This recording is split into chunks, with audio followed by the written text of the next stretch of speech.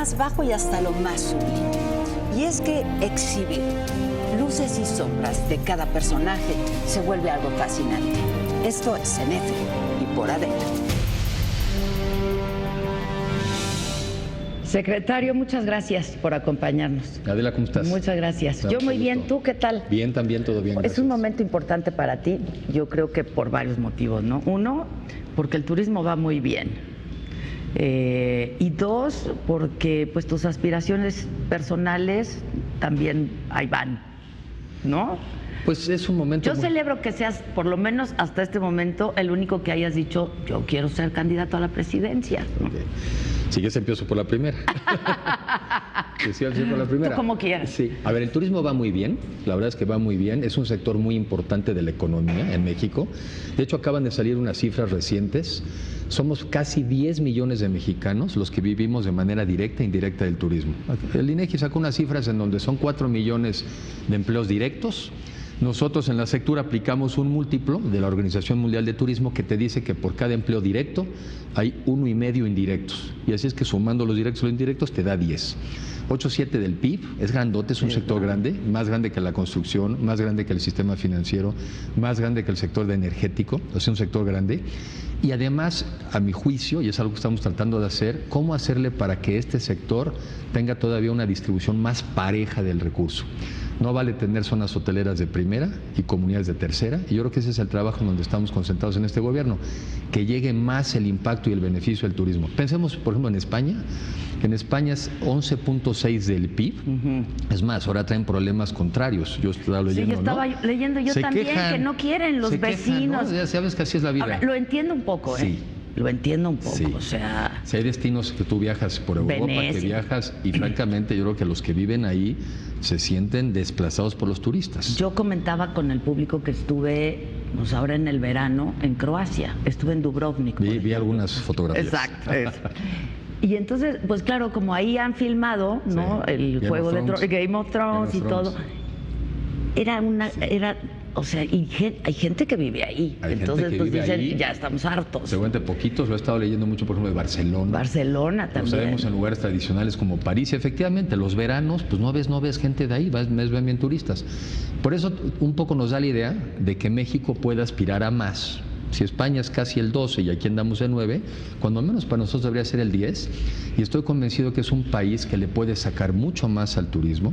Hay estados de la República que son eso, Quintana Roo, por ejemplo, Baja California Sur, el 80% de su economía es eso, y casi en todos estados de la República el turismo puede ser el primero o el segundo sector económico. Y al final del día, ¿para qué? Para que le vaya mejor a la gente. O sea, el turismo no es esa actividad frívola, ¿no? De simplemente de cortar los listones. O sea, el turismo es empleo, es bienestar.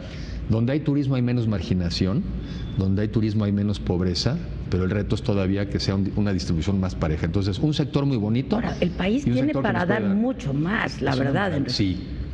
Mira, por ejemplo, recientemente estuve en Huatulco, que es un desarrollo de hace 30 y tantos años. Bueno, yo estaba hoy que venía pensando que te iba a entrevistar y dije, le voy a preguntar, porque yo era súper fan de Huatulco hace 30 años. Sí. ¿Y sigue igual? Pues mira, la parte buena...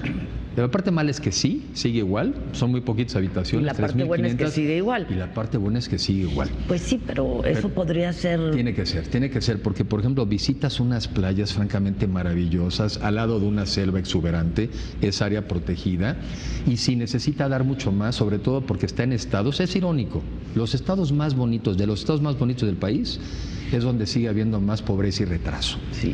Y sin duda Guerrero, una de las... Oaxaca. Guerrero, Oaxaca, Chiapas, ¿no? Claro. Una parte de Michoacán. Y el turismo sin duda es parte de la solución. Más carreteras, más conectividad, más vuelos. Es lo que le falta a Huatulco, por ejemplo. Pero yo me acuerdo que ese tema lo traen hace 30 años. Pues sí, hace 30. Esperemos que esta vez, por lo menos en el tema de la carretera que es Oaxaca, Puerto Escondido, después de 2 intentos de empresas privadas, de concesiones, el gobierno federal ya asumió la responsabilidad de terminar ese tramo hasta Puerto Escondido. Ahí hay un lugar donde llega. De ahí ya a Huatulco es mucho menor. Eso le cambiaría la vida al destino. El aeropuerto es muy bueno, muy bien operado, y estamos haciendo un esfuerzo para dar incentivos, sobre todo a algunos empresarios, de que el gobierno le entre con algo más de recursos en el arranque para hacer más hoteles. Pero sí es un caso típico donde la mala noticia es que está igual, la buena es que esté igual, pero tiene que dar mucho más empleo y oportunidades, sobre todo para la gente de Oaxaca. De por ahí, claro.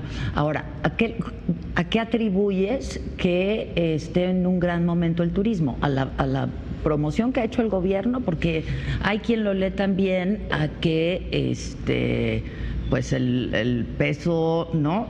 Comparado con otras monedas, está en un momento oportuno para ellos. Se juntan muchas cosas. Yo la explicación que me he dado, porque pues primero te lo preguntas, primero llevamos casi 7 años de crecimiento ininterrumpido. Entonces tampoco es el tipo de cambio porque pues ha variado, a veces que está más apreciado y depreciado. Venimos también de una caída muy dramática, lo cual también es importante recordar que no siempre se está bien. En el 2008-2009, crisis financiera a nivel internacional, H1N1 y la quiebra de Mexicana de Aviación. Todo se juntó y gran desastre. Y desde entonces hemos crecido, y yo se lo atribuyo cuando menos a 4 cosas. Conectividad. Todos los años estamos abriendo más rutas aéreas, más destinos llegan a México, el vuelo Finlandia-Puerto Vallarta, o un nuevo vuelo de China que pasa por Vancouver a la Ciudad de México, o vuelos de líneas mexicanas, por ejemplo, a Corea. Así todos los años estamos abriendo más rutas internacionales a México. Por cierto, el convenio bilateral que firmó el presidente Peña todavía con el presidente Obama el año pasado nos va a traer más rutas entre México y Estados Unidos. Entonces, más vuelos, más vuelos. La otra, más vuelos internos, porque también los mexicanos estamos viajando más por avión. Ahora es una parte todavía pequeña. La gran mayoría se mueve por carretera. Entonces también mejores carreteras, aunque ahí todavía tenemos más cosas que hacer. Financiamiento, ha habido dinero. O sea, la banca de desarrollo, que yo conozco más, la banca comercial, ha estado también prestando dinero. Entonces hay dinero para construir hoteles, para construir restaurantes, para construir carreteras. Hay dinero. Promoción. Sí creo que nos hemos vuelto mejores en promover. En el caso federal existe el Consejo de Promoción Turística de México, pero todos los estados también tienen sus secretarías y los principales destinos también están organizados para promover. Empresarios turísticos de primera. A ver, tenemos en México grandes empresarios, desde los más encumbrados hoteleros hasta el más modesto. Y finalmente, el mexicano es la herramienta, yo diría, secreta. La calidad y la calidez del mexicano al servir no tiene igual. El presidente de la Organización Mundial de Turismo... ¿Sí es cierto eso? Sí. Tú estuviste en un país precioso y dime si te trataron igual que en México.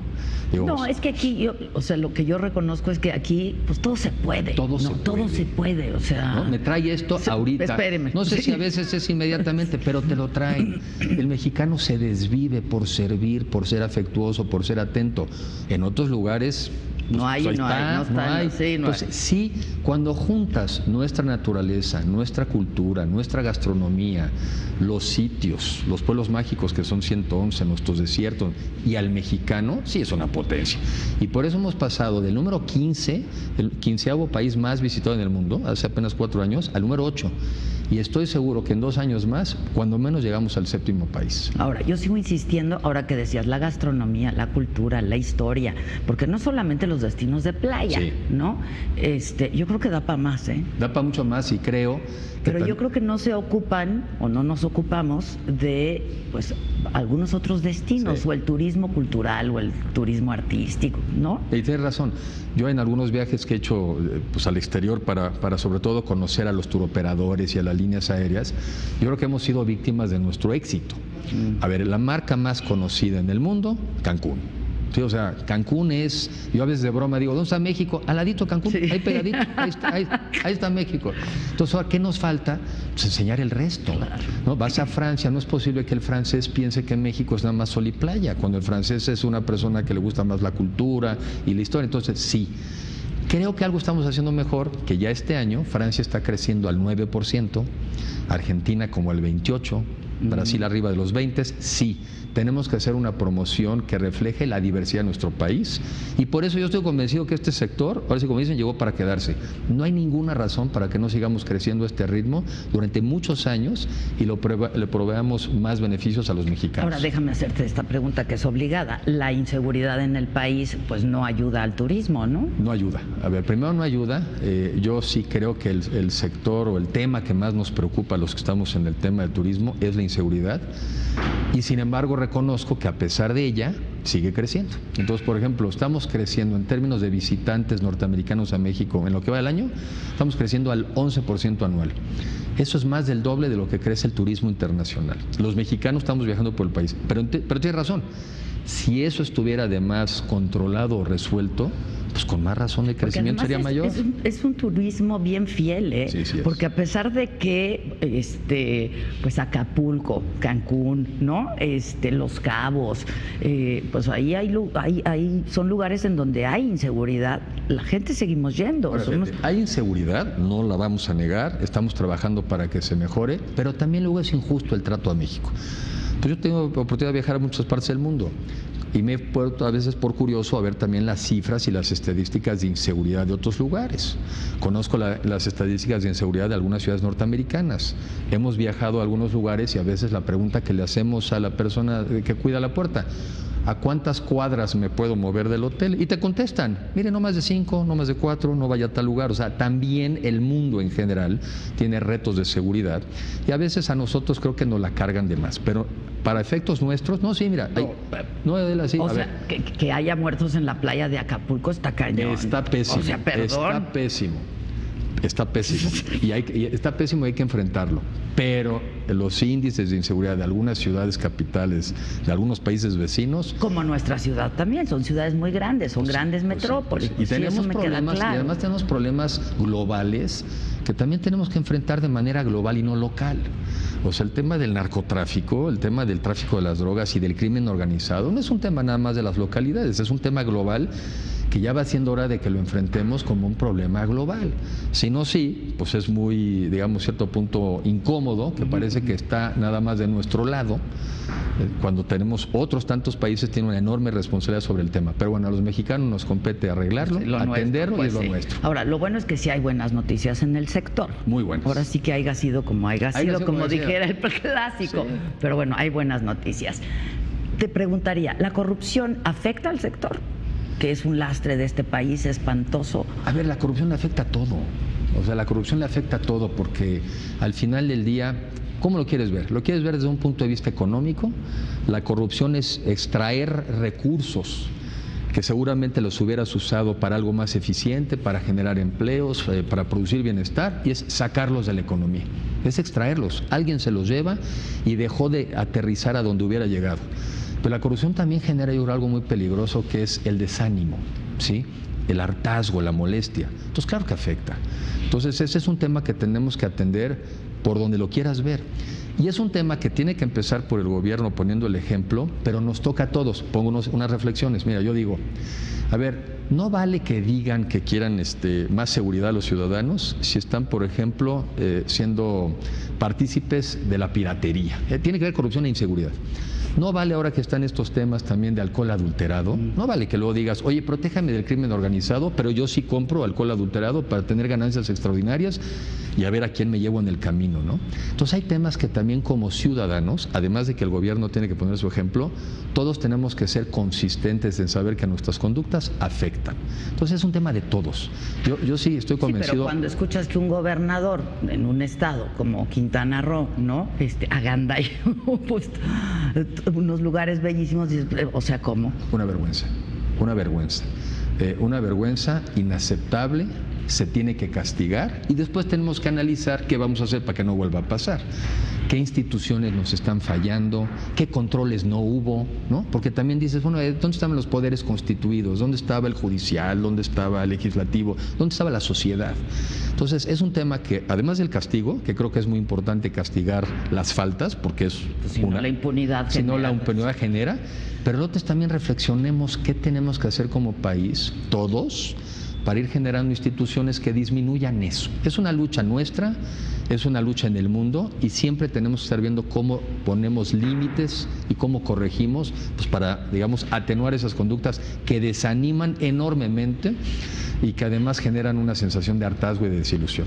Ahora, hablando de fenómenos globales, ¿cómo afecta al turismo y al mexicano, por ejemplo, estos fenómenos de la tecnología como Airbnb o Uber, que en algunos lugares de México pues nada más está bien difícil que los dejen operar, ¿no? Mira, primero yo, en lo personal, yo diría que la tecnología siempre bienvenida, ¿no? Pues, que te vas a pelear contra... Es una gran herramienta. Es una gran herramienta. Te vas a pelear contra el email, ¿no? Te vas a pelear contra los aviones, te vas a pelear contra la telefonía.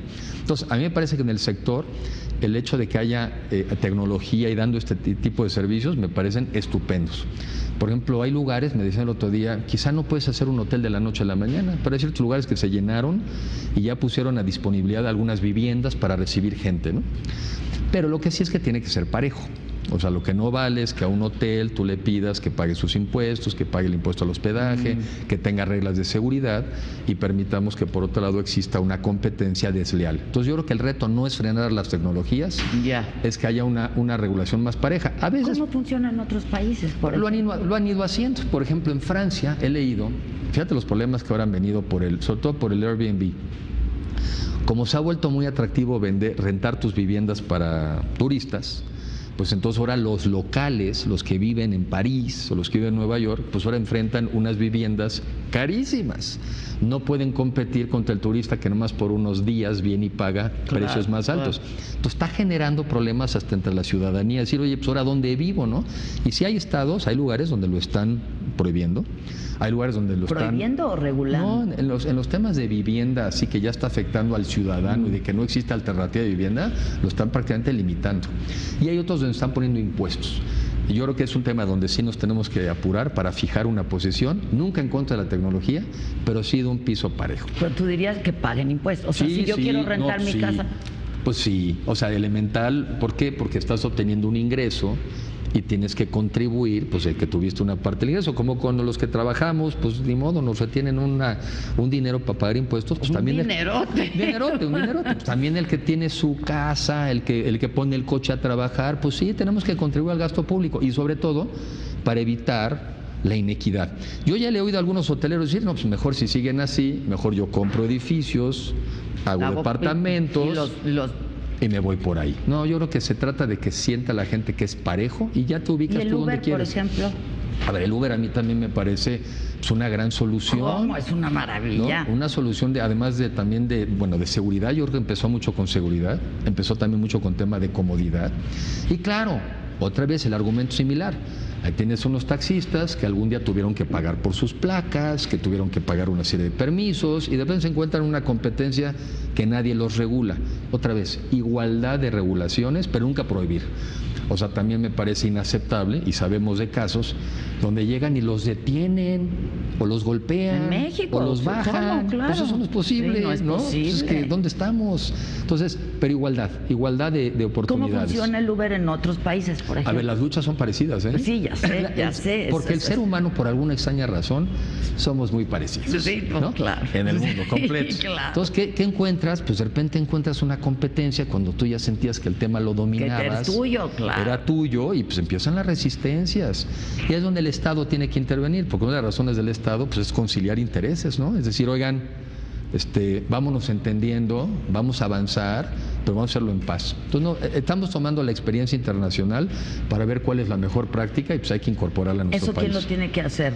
¿Te compete a ti? Sí, ¿le compete a ver, yo creo que a nosotros nos compete. Hay cosas que pudieran ser estatales, pero hay cosas, digamos, los impuestos federales, pues obviamente es un diálogo que estamos sosteniendo con Hacienda.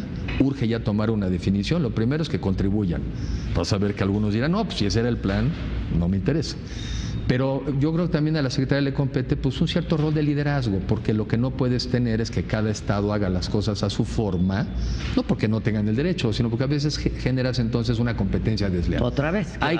Hay que liderar con ideas y tratar de generar ahí un consenso. ¿Tú estás contento? Sí, la verdad. No, sí. A ver, mira, una dependencia como estas En el caso personal... Sí, es muy bonita, la verdad. Es muy bonita, es muy pero voy a explicar también por qué es bonita. Es un dulcesote, ¿eh? Es un dulcesote, pero voy a explicar por qué es bonita, porque a veces se puede quedar el tema del mundo frívolo. Frívolo, no. A mí no es el que me interesa. A mí lo que me interesa es haber descubierto un sector en el cual tantos mexicanos dependen de él y en el cual México tiene tanto potencial. Y entonces, además que le está yendo tan bien, y yo digo que cuando las cosas van bien es el momento de pensar para más. En lugar de conformarte y decir, pues ahí vamos. Vamos a por más. No, vamos por más. Y sobre todo un país que tiene tanta necesidad de generación de empleo, ¿no? 1 millón de mexicanos al año adicionales buscan empleo. Este es uno de los sectores. Un país con tantas desigualdades, este es uno de los sectores donde si tomamos una conciencia, digamos, social, y le hemos venido platicando con los empresarios, es decir, oye, tu éxito no se mide nada más en la rentabilidad de tu negocio. Tu éxito se debe medir en términos de la homogeneidad de la comunidad en la que participas, ¿no? Tu éxito, el éxito nuestro lo debemos medir en a cuántos mexicanos les está yendo mejor por el turismo. Todo lo hace una actividad muy atractiva. Entonces, pues se te ocurren ideas y te vinculas con la banca de desarrollo, que jala muy bien, un diálogo con los empresarios, con las comunidades. Entonces, pues no tiene límite. La verdad es que el límite en muchos de estos temas. Y la creatividad también, sí, ¿no? Porque, sí. O sea, de pronto a mí...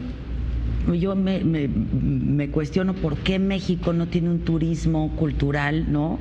Como pues, vas a la Bienal de Venecia o al festival o etcétera. Si aquí hay un montón de cosas, ¿no? Y creo que, a ver, sí tenemos... Y genera mucho ingreso. Mucho ingreso. A ver, sí tenemos nuestro Cervantino, que digamos es un evento internacional. Fíjate, tenemos otro muy interesante. La Feria Internacional Libro en Guadalajara. Sí. Y el cine en Michoacán, ¿no? Tenemos el cine y tenemos varias exhibiciones. Tenemos de Michoacán, tenemos en Los Cabos, Ciudad de México. La Ciudad de México es una de las ciudades donde también más turismo llega. ¿Y a qué llegas a México? Pues llegas a museos, llegas a restaurantes, llegas a centros comerciales. Pero tienes razón. A ver, por eso soy muy optimista, porque el potencial es enorme. Hemos hecho mucho como país, pero el margen de acción hacia adelante es enorme. Turismo cultural, turismo de naturaleza, turismo médico. Estamos al lado de la economía más grande del mundo. El sector más grande de la economía americana es el de salud. Los gastos de salud se les están saliendo de control. Claro, ahí tienen problemas, claro. Y aquí tienes a un país con la capacidad médica de proveer servicios a una fracción del costo de ellos. Entonces realmente tenemos mucho turismo y mucho sector, turismo por ejemplo de reuniones y convenciones, que muchas gentes en el mundo van a las de los abogados, los dentistas, los contadores, los historiadores. Claro. ¿Y qué haces después de eso? Pues también invitas luego a la familia, te sigues unos días. El fin de semana. Entonces tenemos un potencial de turismo de naturaleza, fíjate. El avistamiento de aves. Parece que es un mercado en Estados Unidos de $40,000 millones. Oye, pues aquí hay muchas aves, ¿sí? Y las tienes en Tabasco y las tienes en Campeche. Estados incluso que han caído su producción de petróleo y su salida en el corto plazo es convertirse al turismo, en lo que se repone el petróleo. Yeah. Entonces soy muy optimista del potencial y hay que meterle más al turismo. Ahora, ¿qué tan optimista estás de poder ser el candidato de tu partido a la presidencia? ¿Cómo estuvo la asamblea? Ya vamos a entrar a la grilla un poco porque pues tú finalmente tendrás que dejar ya turismo, ¿no? ¿O qué? Bueno,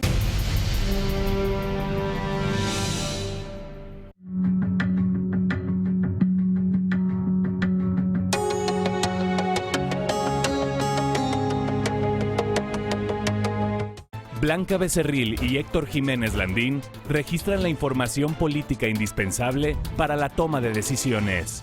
Bitácora Política, con Blanca Becerril y Héctor Jiménez Landín, lunes a viernes, 7 de la noche. Porque reconoces lo importante, El Financiero Bloomberg.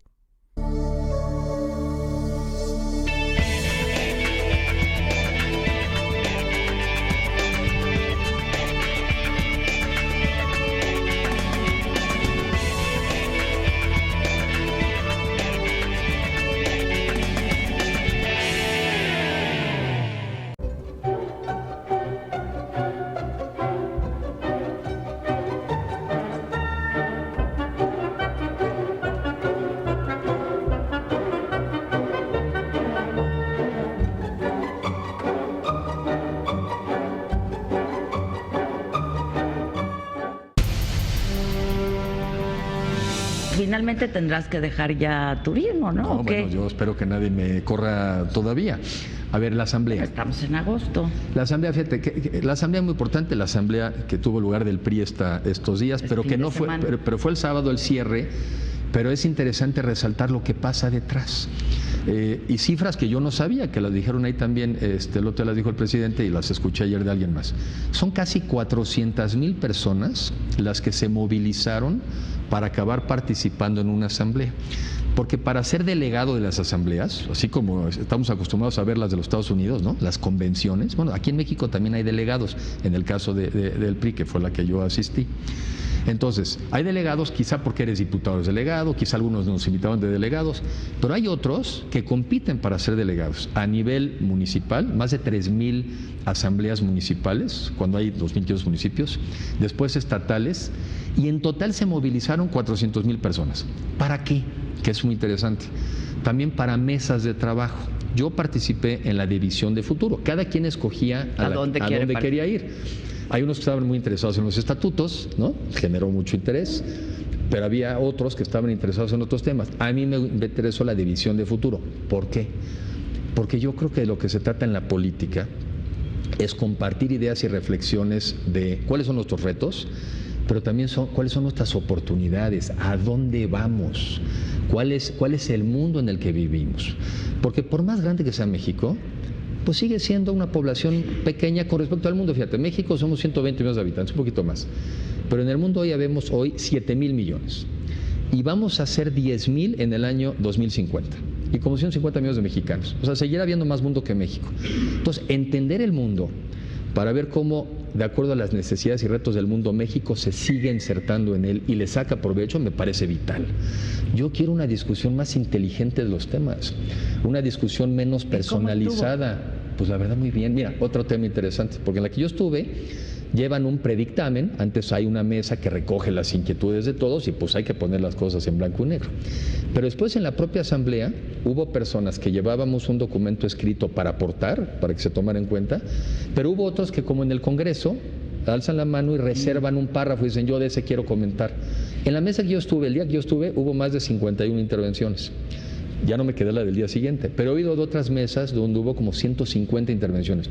O sea, esa visión que hoy leí en algunos artículos de un partido del dedazo y de un partido monolítico y que no hay discusión, falsa. Okay. Hubo discusión. Sí. Pero el dedazo pues, sigue estando, ¿no? Bueno, a ver, cada partido tiene su método de elegir. ¿Cuál va a ser este? ¿No? El del PRI. Todavía no sabemos. Pero sabemos todos también que es un sistema en donde en el caso del PRI el presidente siempre tiene un peso específico mayor. Pero también es falso quienes han hecho el mito y argumentan que es algo que se puede decidir así como en el vacío. Se tiene que decidir. No, ¿a qué te refieres con el vacío? Sí, nadie ha dicho eso. No, sí, a veces da la impresión. Si es un poco caprichoso. No, es que no. Es capricho del presidente en turno. No, porque al final del día yo me voy para atrás y no para adelante, porque para adelante no puedo yo predecir, pero me voy para atrás. Siempre finalmente surgen las figuras a partir de las opiniones del sector empresarial, de los medios de comunicación, de los estudiantes. Se oye, es un método de consulta, además yo te diría cotidiano y casi diario. Si eso, del presidente y de un grupo, porque en este caso, por ejemplo, el presidente del partido pues, tiene un rol que jugar muy importante, pues es el árbitro.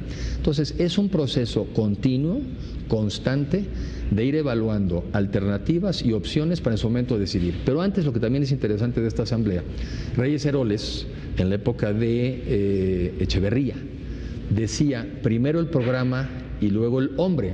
En ese entonces, porque la mujer no tenía tanta participación. Sí, claro. Ahora mejor para decir, después el nombre. Exacto. Pero la verdad es que también lo quise, porque hoy por ley los partidos también tienen que registrar su plataforma antes de que tengan candidato. Por eso es importante esta asamblea. Era importante desde mi punto de vista que hubiera una visión de futuro, no retrógrada, que hubiera una visión de modernidad, no hacia atrás. Entonces sí va llevando sus ritmos. ¿Así lees lo de los estatutos? ¿Como una visión de futuro del PRI? Sí. ¿O llevan mensaje? A ver, yo, la opinión personal es que creo que es reconocer que no hay ningún partido político hoy que gane por sí mismo. ¿no? Que finalmente la sociedad es cada vez tan diversa que hay muchos más mexicanos que no se encuentran acomodados en un partido, no se encuentran acomodados. Y si tú vieras que solamente te quedas cerrado ahí, pues estás renunciando a la mayoría de los mexicanos. Entonces yo creo que fue una señal de apertura, de que se está abierto a otras opciones. Los partidos más pequeños lo llevan haciendo años. Los partidos que no tienen tanta militancia llevan años abriéndose, pues precisamente para invitar buenas alternativas. Antes no, el PRI no lo necesita. Si el PRI tuviera, también hay que decirlo, si tuviera los números que tenía antes, seguramente no lo necesitaría, pero yo creo que es un reconocimiento de su realidad y también es un mensaje de apertura hacia la sociedad. Yo así lo leo. Ya, o sea, no es un mensaje que lleva nombre y apellido a los Pepes, digamos. Yo no lo veo así, o sea, yo lo veo... Pero esto les daba chance. Bueno, es que si no, no lo tenía. Exacto, si ¿sí? no lo tenía. Pero ahí está un poco la lectura que yo tengo, es que justamente de lo que se trata es que los partidos tengan alternativas. No todos las tienen, por cierto, ¿no? Hay unos que pues ya no deciden. Pero el chiste es que hay alternativas. ¿Y para qué? Pues para seguir el proceso de consulta. Para que cuando la ley lo determine, porque estas cosas están reguladas en la ley, cuando se abren los procesos internos, cuando se registran las candidaturas, todo eso está en la ley. Entonces, para que cuando esos momentos lleguen, pues tengas alternativas. Ese es el tema, desde mi punto de vista. Tú eres un hombre pues muy educado, ¿no? Académicamente incluso, y tu familia. Espero que de formas también, también, demasiado, diría yo. Y hablabas un poco de pues, en la época de Echeverría y en la época de tu papá, por ejemplo, o sea, porque tú en algún momento no estabas en la política, no estabas en la iniciativa privada. Bueno, a ver, ¿Cuál fue el punto de quiebre o qué pasó o qué? A ver, déjame explicar. A mí siempre me ha interesado. Yo tuve la gran ventaja, la gran fortuna, en el buen sentido de la palabra, pues de haber vivido un proceso como este cuando yo tenía 20 años. O sea, cuando yo tenía 20 años, mi papá es candidato y después es presidente de la República. Y me tocó vivir de los 20 a los 26 una etapa además de un México muy complejo, que la mayoría de los mexicanos no saben, los jóvenes, pero es un México que estaba en quiebra. Estaba en quiebra. El terremoto. Había quebrado sobre todo porque le había apostado a un solo producto que era el petróleo y porque creen en un gobierno grandote, como algunos todavía creen. Un gobierno grandote que haga todo, más que para eso, o hay impuestos o hay deuda, entonces se endeudó. Cuando cayeron los precios del petróleo, el país quebró. Y quebró es que no tenías dinero para importar pastas de dientes, y quebró es que tenías inflaciones que se acercaban ahora a las que tiene Venezuela. Entonces, el país tuvo que cambiar de modelo. ¿Y cuál fue el modelo? Abrirse al mundo. Y la verdad ha funcionado, Adela, para la gran mayoría de los mexicanos. Y tengo unas cifras que me gustaría compartirte, porque el análisis es este. Un Querétaro, del 93 a la fecha, a partir del TLC, Querétaro ha crecido 100% su valor per cápita, o sea, por persona. En Oaxaca, al mismo tiempo, el ingreso per cápita ha crecido 1%. La diferencia en el mismo país entre el crecimiento en Querétaro y Oaxaca es 100-1. Pero entonces mi reflexión es, ¿nos cabe duda cuál es el modelo? ¿Tenemos en serio inquietudes de saber cuál es el modelo que sí funciona? El modelo que fueron los estados que se han integrado al mundo, los que forman parte de las cadenas de producción, porque hoy en día hacer un iPhone, hoy en día hacer un coche, nadie lo produce en un solo país. Claro. Nos hemos ido especializando en piezas. Y eso es lo que nos ha dado oportunidades a países como México a formar parte de esas cadenas de valor. Los Querétaro, los Aguascalientes, casi del centro al norte del país, se han sabido integrar al mundo y son estados ganadores. Traen sus problemas algunos. Pero el sur también existe. Pero el sur también existe y ahí me cabe la duda si no han podido, no han querido o no los han dejado. Pero la alternativa de la no es tener un modelo que crece 5 veces menos que el resto. La alternativa es cómo incorporamos a más México al mundo y de esa manera lo igualamos. Entonces, a mí me tocó vivir ese proceso hace 40 años. Me ha tocado ver que el crecimiento ha sido desigual, pero soy un convencido de que ese es el camino a seguir. Eso sí, con un modelo más incluyente, más solidario, más justo, pero no para atrás. Para atrás ni para tomar vuelo, ¿sí? Entonces, pues sí, entonces yo como mexicano, antes que nada, yo como mexicano, no quiero que mis hijos vivan un país de crisis. Yo quiero que mis hijos puedan ver un país donde se concreten las oportunidades y estos 40 años de crecimiento culminen en un país desarrollado. Pues ojalá, porque no es un país de oportunidades. Es un país donde tenemos que igualar las oportunidades. Eso es lo que tenemos que hacer. Pero sí hay cómo, Adela, sí hay modelo y al mismo tiempo, pues abatir esos excesos que platicaste, esos desvíos, pero que eso no nos desanime a reconocer lo que hemos hecho como mexicanos y no como un partido. partido, como mexicanos. Sí, ¿no? Ahora, pues tu partido está con un desgaste, ¿no? Por el desgaste de gobierno, por la corrupción, por etcétera, etcétera, pues en un muy mal momento también.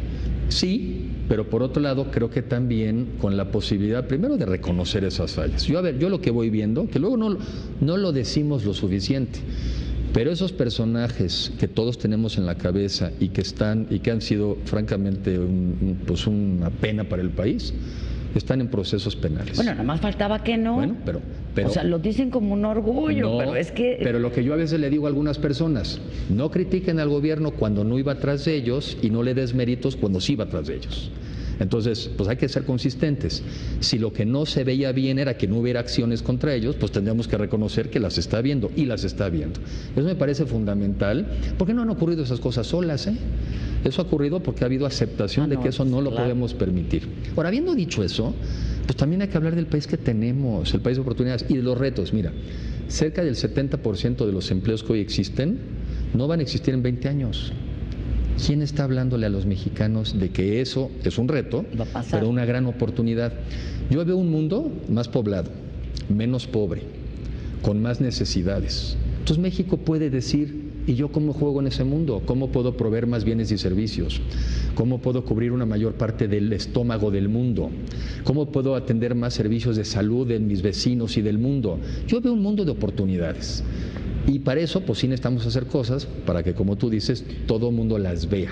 Más educación de calidad, oportuna, salud y un imperio de la ley. Tiene que haber un país donde realmente la ley manda y nadie está por arriba de la ley. Sí, claro, que no sea letra muerta, ahí están las leyes, pero... Sí hay cómo, Adela, sí hay cómo. No, yo también estoy convencida que sí, con algunos personajes como los que conocemos, pues aquí está muy difícil, aquí los acotando, aquí los limitando.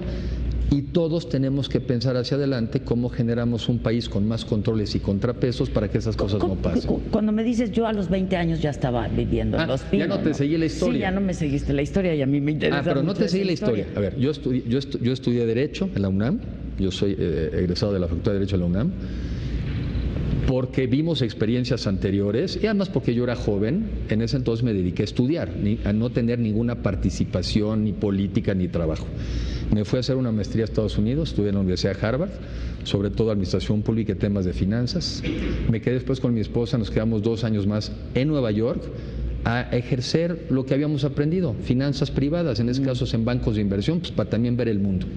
Y después sí ha sido una carrera combinada. Estuve en la Comisión Nacional de Mercado de Valores, sistema financiero, me tocó la crisis financiera, interesantísima desde el punto de vista de aprender el sistema financiero, muy penosa por las consecuencias, y más bien mi carrera de funcionario público y política ha sido la que se ha podido.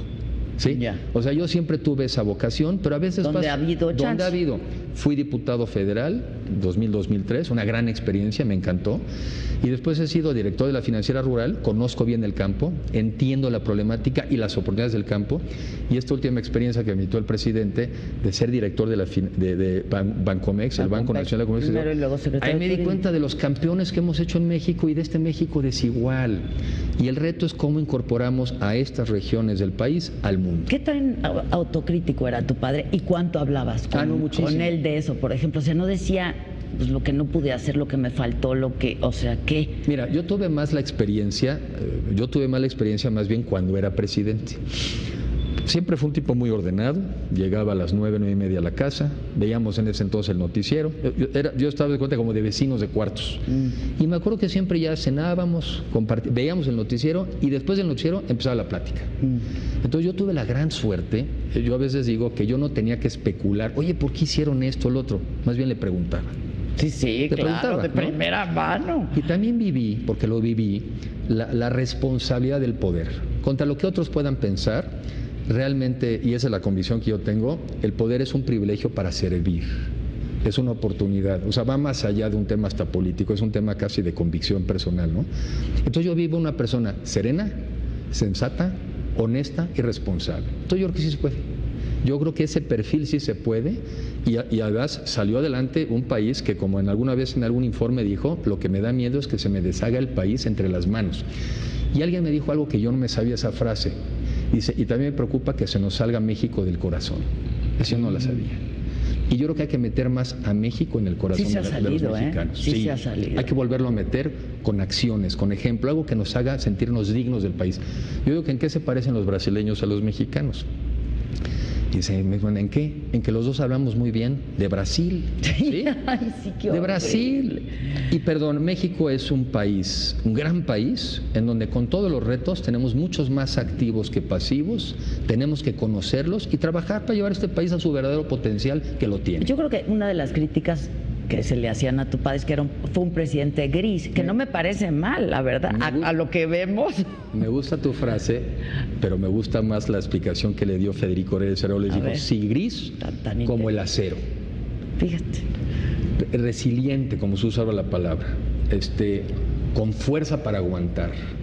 Porque un país que se te esté desmoronando en las manos y que en lugar de caer en el populismo y en la demagogia hayas sido serio y responsable, ojalá haya más gente gris así. Sí, por eso digo que no está tan mal. Gris como el acero. Sí, gris como el acero. Buen Federico. Ahora, dime una cosa. ¿Por qué quieres ser presidente? Está muy complicado el país.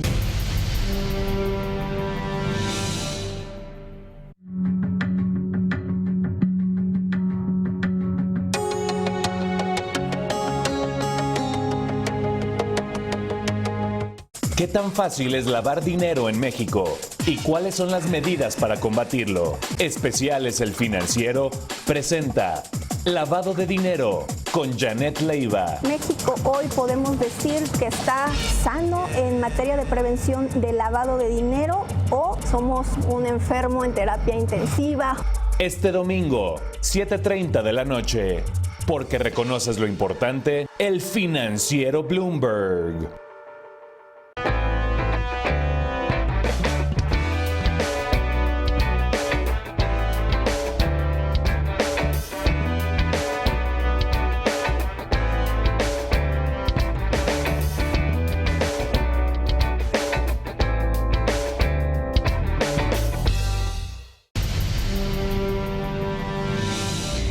¿Por qué quieres ser presidente? Está muy complicado el país, ¿no? ¿En qué momento decidiste que lo quieres intentar? Bueno, a ver, yo contesto de esa manera, Porque no se hablaba de ti como Sí. el presidenciable, uno de los presidenciables, hasta que tú dijiste, pues yo quiero. Dos comentarios. La primera, siempre hay posiciones en el gobierno, siempre hay posiciones que por su importancia, por su plataforma, por sus recursos, de entrada son plataforma. Eso, pues sí, sabemos cuáles son y siempre han sido, ¿no? Yo lo que asumo es que un funcionario de cierto nivel tiene la obligación, ni siquiera el derecho, la obligación de generarle alternativas a su gobierno y a su partido. Ahí la dejo. Y por eso es que de repente tienes que decir, bueno, pues lo que no ve normal y ordinario, aquí hay algo, ¿no? Okay. Entonces, ahora, ahí la dejo de esa parte. Pero más que ser presidente, a mí lo que mi vocación ha sido servir a mi país. Y la verdad es que tengo la suerte de hacerlo en los diferentes lugares donde he estado. Me gustó, estaba repasando, porque ahora cuando fue la convención americana, y me puse a repasar algunos discursos de Obama en el pasado, qué envidia de orador. No, bueno, ¿no? Es que qué orador. Pero también vi unos de Michelle Obama. Y me gustó una frase que por ahí apunté que dice, describe el éxito. El éxito es cuántas vidas has tocado y has cambiado. Entonces, sabemos algunos, yo siempre pongo este ejemplo, sabemos unas personas, soy muy amigo yo del Chovilanderos, ¿sí? Hay unos que son hands-on, ¿no? O sea, son de yo aquí, toco gente, son individuales, los conozco y hace una gran labor. Y habemos otros que estamos como en la cosa pública, más grande, más general, no siempre conocemos a los que ayudamos, pero estamos incidiendo en millones de personas. Esa es en la que yo me ubico, en la de las políticas públicas, en la de las buenas decisiones, por eso el entusiasmo por el turismo. ¿Cómo le hacemos para que llegue más gente? ¿Cómo le hacemos para que la derrama sea más pareja? Y lo bonito de estas chambas es que tienes esa oportunidad. Entonces, el servicio público es un privilegio. Desde ahí se puede incidir. Bueno, pues sí, desde otros lugares bien en vidas difícil, de millones de personas. Sí, ¿no? claro. Yo creo que el sector privado es el que mueve las economías, sin duda es el que mueve las economías, pero el servicio público puede marcar el rumbo. Y juntos trabajar, ¿eh? Una de las ventajas de haber convivido en el público y el privado, yo no creo en antagonismos, yo no tengo prejuicios. Solos no se puede. Pues. Solos no se puede, y yo creo que más bien el equipo de México tiene que trabajar juntos. Ahora, ¿tú le dijiste al presidente? no voy a decir le pediste permiso, pero Bueno, le dijiste, a ver, voy a salir. Pues, ¿Tiene uno- usted inconveniente o cómo Bueno, se habla? Yo creo que esta expresión que yo dije, esta expresión de que uno quiere tratar de sumar a que tenga alternativas. ¿Y por qué? Pues porque yo no me mando solo, yo tengo jefe, que es el presidente de la República, y uno no puede siquiera expresar ningún interés de esta naturaleza a nadie si algo no se lo expresas primero a tu jefe. Y después pues ahí... Ahora, yo también quiero ser muy claro, yo no he dejado en un solo minuto en atender mi tarea. Yo creo que en la vida siempre Pero hay si que dejas tener... de atenderlo no llegas, ¿no? O sea, Pues tienes que dar porque resultados, claro, empiezas a no dar tienes que dar resultados. resultados, tienes que ser, que no dejar de poner tu foco en lo que estás haciendo. Pero también me gusta, y por qué no, pues participar también en la discusión política. Llevo muchos años también de ser comentarista. ¿Por qué? Porque yo tenía dos alternativas: o ir al psicólogo o el psiquiatra, o empezar a salir en medios. darte chance, Pues pues, sí, ¿no? darte licencia. Sí, ¿Por qué no te la comentar. dabas? No, llevo años. Sí, pero que estabas como Pues vas bien. bajo perfil. Bueno, pues el perfil que vas teniendo en su momento, o sea, el que vas pudiendo en cada momento. ¿Qué te decía tu papá? ¿Sabía de tu vocación, No, de tus sí, a ver, convicciones? Sí, Digo, pues siempre. A ver, yo de él siempre recibí todo el apoyo. Fueron muy cercanos, Sí, entiendo, ¿no? Muy. A ver, la relación cercana, íntima y fácil. En fácil, entre otras cosas, porque me interesaba lo que a él le interesaba. Claro. Y entonces era muy fácil la conversación porque pues tenía un hijo que llegaba y le A lo mejor preguntaba. con tus hermanos no ¿eh? era tan fácil. Bueno, eran más chicos, o sea, quizá los mayores no con tanto interés, siempre interés obviamente en México, pero menos en la política, y los otros en su momento pues eran más chavos. Ahora, ¿tú crees que los mexicanos leen así, que te marca para bien? Es decir, ¿te sirve tu apellido, te sirve la experiencia, te sirve pertenecer a este partido? ¿O estorba? A ver, No, porque la cosa está muy difícil ahora. A ver, mi caso personal a mí me ha sido muy útil, y después depende lo que tú hagas con ello. Yo siempre he partido del principio, se lo digo a mis hijos ahora, ¿no?, que estamos en otra coyuntura, le digo, mucho va a depender de cómo tú te comportes. La gente distingue. La gente en un principio generaliza, pero al final distingue. Y distingue quién se comporta bien, quién se comporta con responsabilidad, quién se responde con honestidad y quién con buena fe. La gente distingue. El otro día alguien también decía, pues mira, tu papá ya se murió. Digo, salvo que creamos en fuerzas, que yo sí creo, ¿no? Fuerzas ahí, pues ya eres tú, y son tus méritos, y es tu trabajo, y son tus resultados. Sobre el nombre, voy cada vez a más estados de la República en mis giras, y muchísima gente se me acerca, sobre todo más la gente de más edad, Sí, ¿no? claro. Los jóvenes a veces no están en la historia de... Es más, y bueno, ni me ubican, porque yo nunca he tratado que me ubiquen. No has estado en ello.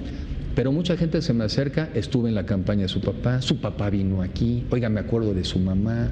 Entonces hacen una relación como de empatía, como diciéndome, oiga, yo tengo buena imagen de su padre y se lo quiero decir. Es lo que yo vivo, es lo que yo siento. Ya. Entonces, Ahora, ¿no me has dicho qué te dijo el presidente cuando fuiste a decirle a tu jefe que querías?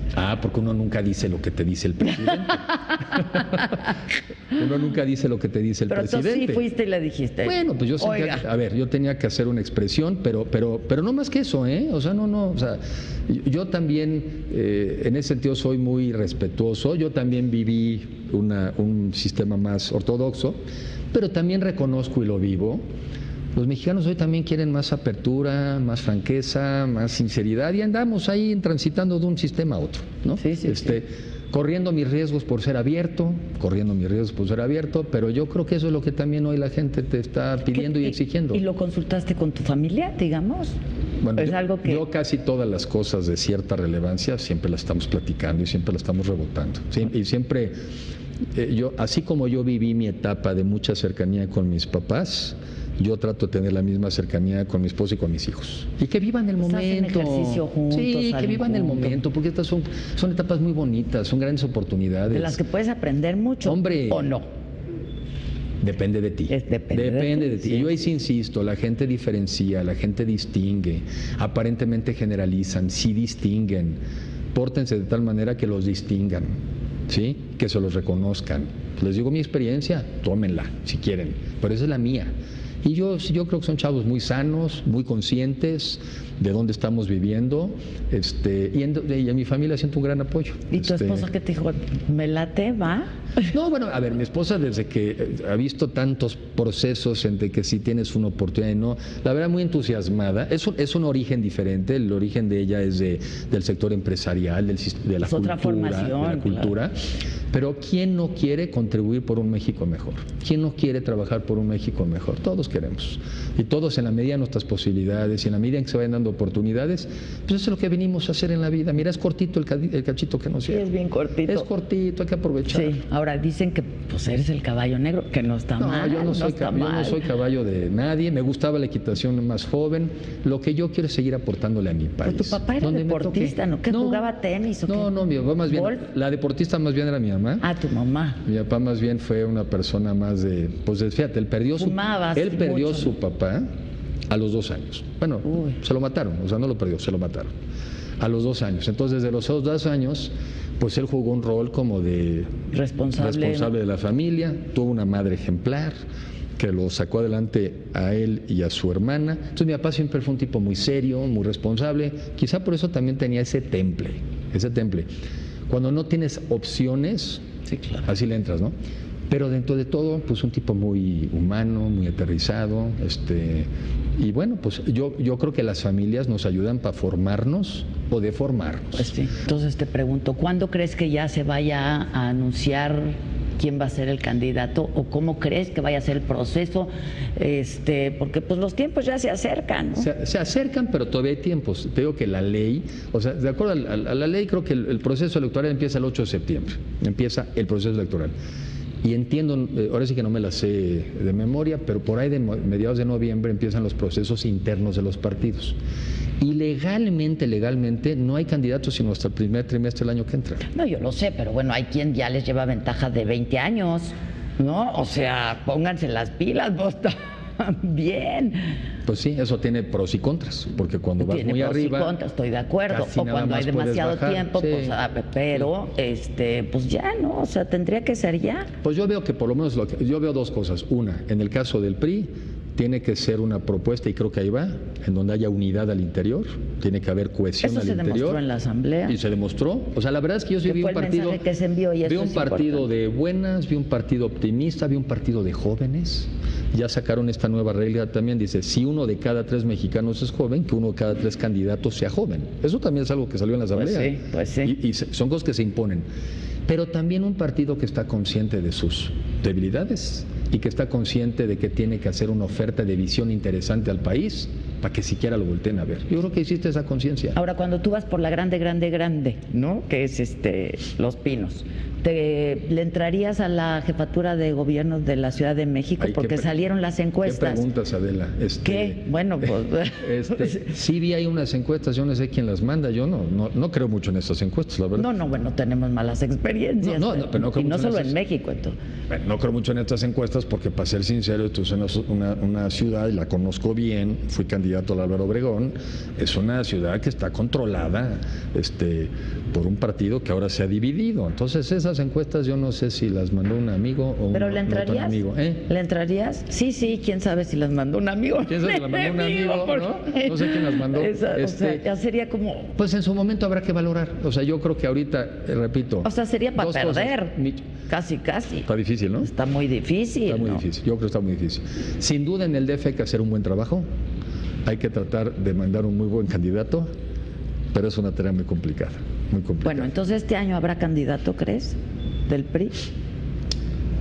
No sé. Ahora sí que no soy la persona adecuada. Mientras tanto, creo que a seguir haciendo lo que estamos haciendo, intervenir en discusiones, en diálogos, en advertir oportunidades y también en advertir riesgos. O sea, México en serio que es un gran país, no se toman decisiones en un volado, no las tomemos con el hígado, tomémoslas mejor con el corazón, algo de razón también ayuda.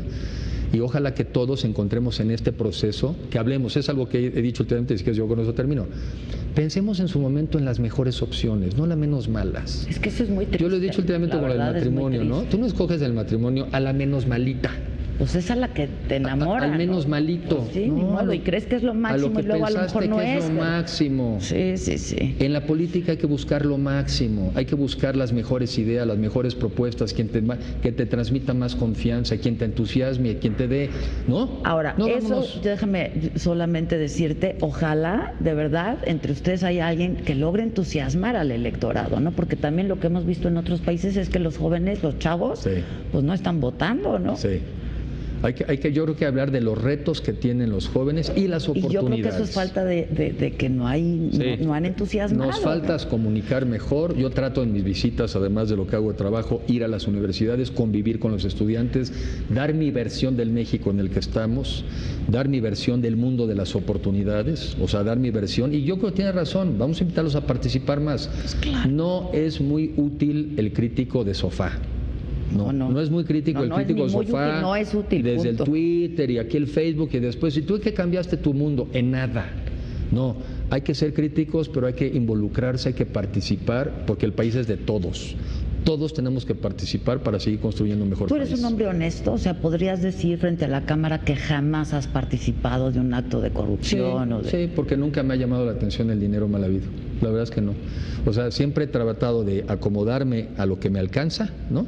Mi esposa trabaja, y lo digo aquí abiertamente, parte de la razón por la que podemos tener un mejor nivel de vida es del lado de mi esposa, ¿sí?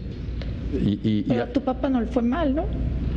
Pues yo creo que la evaluación de mi papá, precisamente de las cosas por las cuales tiene una evaluación positiva, es porque se le percibe una persona honesta. Entonces es algo que aprendimos. Oye, ¿la biblioteca de tu padre qué?